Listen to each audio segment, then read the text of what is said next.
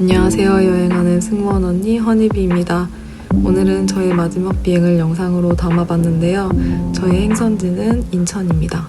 매번 버스에 올라타면 창살 없는 감옥에 앉아있는 듯한 느낌을 많이 받았는데 오늘은 인천으로 가기도 하고 마지막 비행이라서 기분이 좋았습니다.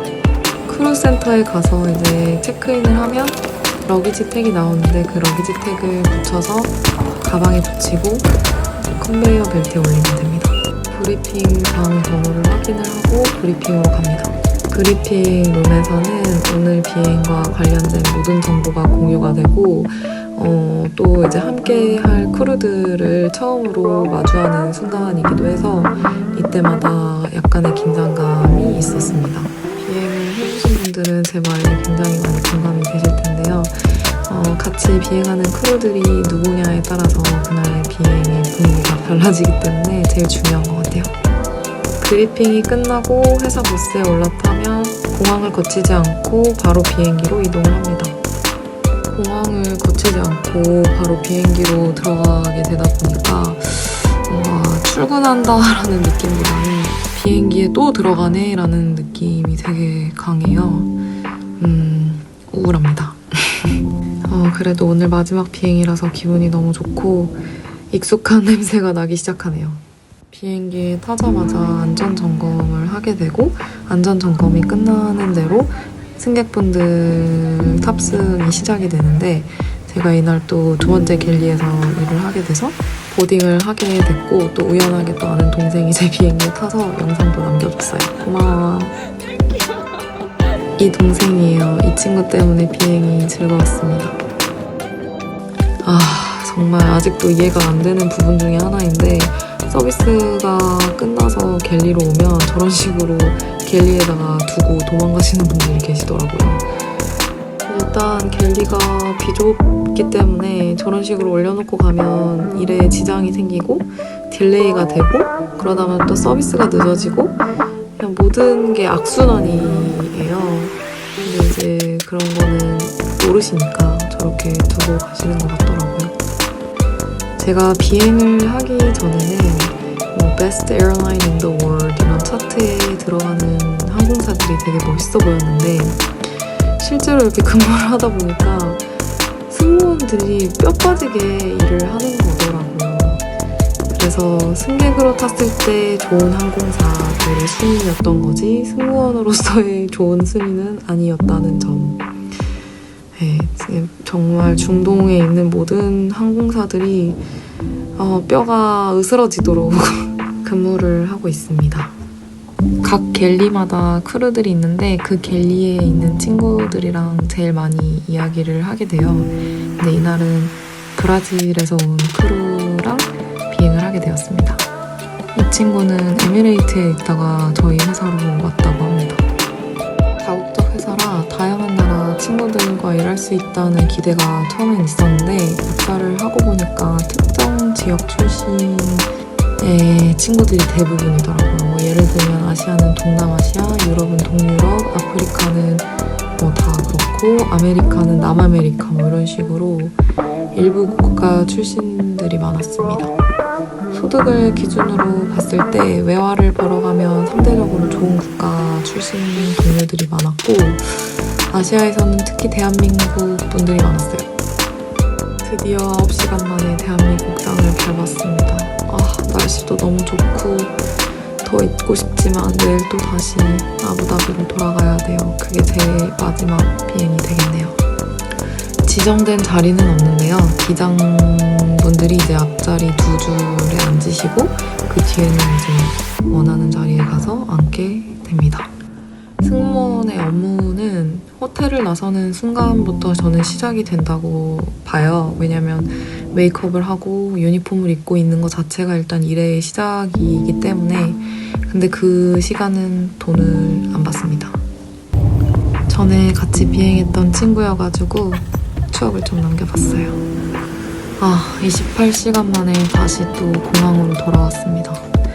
제가 짐 싸는 게 항상 설렜는데 승무원 일을 하면서 짐 싸는 게 이제 설레지 않더라고요. 어딘가에 몸을 좀 담그고 싶은 그런 마음이 굴뚝하지만 이게 마지막이라고 생각하니 더할 나위 없는 좋은 날입니다. 날씨도 좋네요. 뭔가 데자뷰 같네요. 데자뷰. 똑같이 돌아가는 섹터에도 안전 점검을 합니다. 네.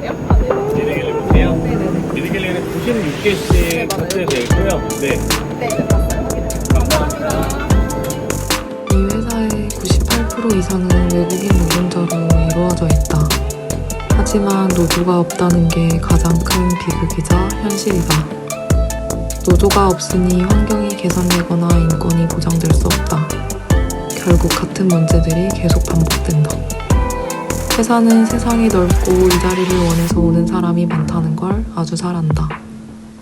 그래서 쉽게 바뀌지 않은 거라는 것도 잘 안다. 물론 급여가 작지 않다 보니 금융치료가 된다고 말하는 동료들도 종종 있다. 하지만 나는 달랐다. 회사가 나의 장점까지 앗아가고 있다는 생각이 들었고, 그래서 결국 퇴사를 결심하고 이직을 준비하게 됐다. 가끔 회사 버스에만 타면 우울했다. 창살 없는 감옥이라는 생각에 빨리 어디론가 사라지고 싶다는 생각도 자주 들었다. 그런데 오늘 이 생각도 마지막이구나. 어린 시절부터 해외 생활이 나는 익숙했고, 그래도 중동은 처음이어서 아부다비에 도착했던 날 호기심 반 걱정 반으로 내 세 번째 도시의 문을 열었던 기억이 아직도 생생하다. 학업으로 다른 나라에 거주한 적은 있었지만 직업 때문에 거주한 적은 처음이었기 때문에 설레는 마음도 있었다. 하지만 이 회사에서 겪은 기억이 2년이라는 시간을 그리 좋지 않게 만들었다. 항공 규정도 제대로 지켜지지 않았고 지속되는 비행은 나를 힘들게 만들었다. 원하지 않던 선입견까지 생겼다. 점점 세상 앞에 무기력해진다는 생각에 덜컥 겁이 나기 시작했다. 이런 이야기를 하면 부모님은 언제든 그만두라고 하셨지만 아무런 계획 없이 섣부른 판단을 할 수 없었기에 그렇게 2년이라는 시간이 흘러갔다.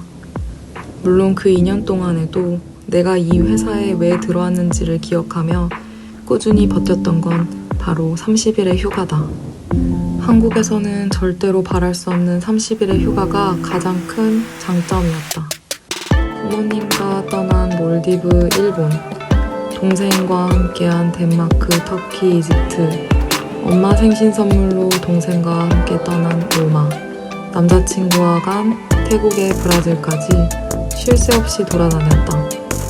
과거를 회상하면 내가 이 회사에서 진짜 뽕을 뽑자 하면서 열심히 돌아다닌 게 고스란히 느껴진다. 버스 안에서 화장을 거치고 과한 향수 냄새와 비행이 끝나면 스트레스를 풀기 위해 담배를 피우던 동료 승무원들도 이제는 안녕이다. 그들이 조금이라도 더 좋은 환경에서 일할 수 있기를 바라며 항상 안전한 비행을 했으면 좋겠다.